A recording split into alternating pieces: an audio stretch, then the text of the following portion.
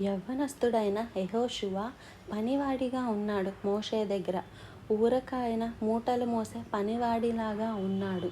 కానీ యెహోషువ విశ్వాసం నేర్చుకున్నాడు మోషే దగ్గర.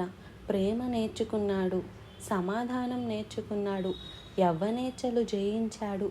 దైవ సేవకుడితో కూడా దేవుని దర్శనాలను పొంది మోషే వృద్ధుడైపోయినప్పుడు మోషే అయ్యాడా నాయకుడు? మోషే కుమారుని చేశాడా దేవుడు నాయకుడిగా? నీ దగ్గర ఉన్న యెహోషువను తీసుకొనిరా, నీ చేతుల నుండి అతన్ని అభిషేకించు. నేను నీకు తోడై ఉండునట్లు యెహోషువకి తోడై ఉంటాను. నీకు సహాయం చేసినట్టు యెహోషువకి సహాయం చేస్తాను. ఒక పనివాడు, కానీ దేవుడు గొప్ప తలంపులు. 40 ఏళ్ళు పనివాడిగా ఉన్నాడండి. కానీ గొప్ప నాయకుడిగా దేవుని చేత కోరుకొనబడ్డాడు.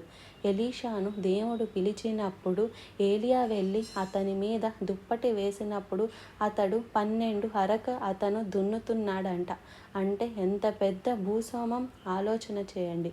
బోల్డు మంది పనోళ్ళను పెట్టుకొని, మీకు అరకలు అంటే తెలియదేమో, 12 ట్రాక్టర్లు పెట్టి భూమి దున్నుతున్నాడంట. 12 ట్రాక్టర్లు ఆయనే దున్నుతున్నాడంట. అంటే ఎంత బాధ్యత కలిగి ఉన్నాడో, గొప్ప ధనవంతుడో. ప్రభువు నిన్ను పిలుస్తున్నాడు అనగానే పంట ఇంటికి చేర్చి వస్తాను అన్నాడా? ఏంటండి, మా అమ్మ నాన్నకు చెప్పి వస్తానయ్యా అని చెప్పి ఊరందరికీ చెప్పి అమ్మ నాన్నకు చెప్పొస్తాను అంటే, నన్ను దేవుడు పిలిచాడు, నన్ను దేవుడు కోరుకున్నాడమ్మా, నాన్న నన్ను దేవుడు పిలిచాడు, నాన్న దేవుడు బిడ్డను నాన్న నేను అని చెప్పడానికి వెళ్ళాడు.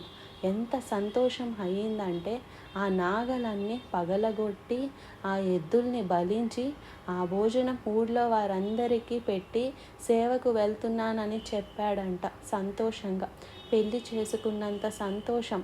మళ్ళీ ఎప్పుడు వచ్చి ఈ అరకలు దున్నకుండా, ఈ అరకలు నాకు అక్కర్లేదు. కొంతమంది చూద్దాం, సేవ 3 రోజులు చూద్దాం,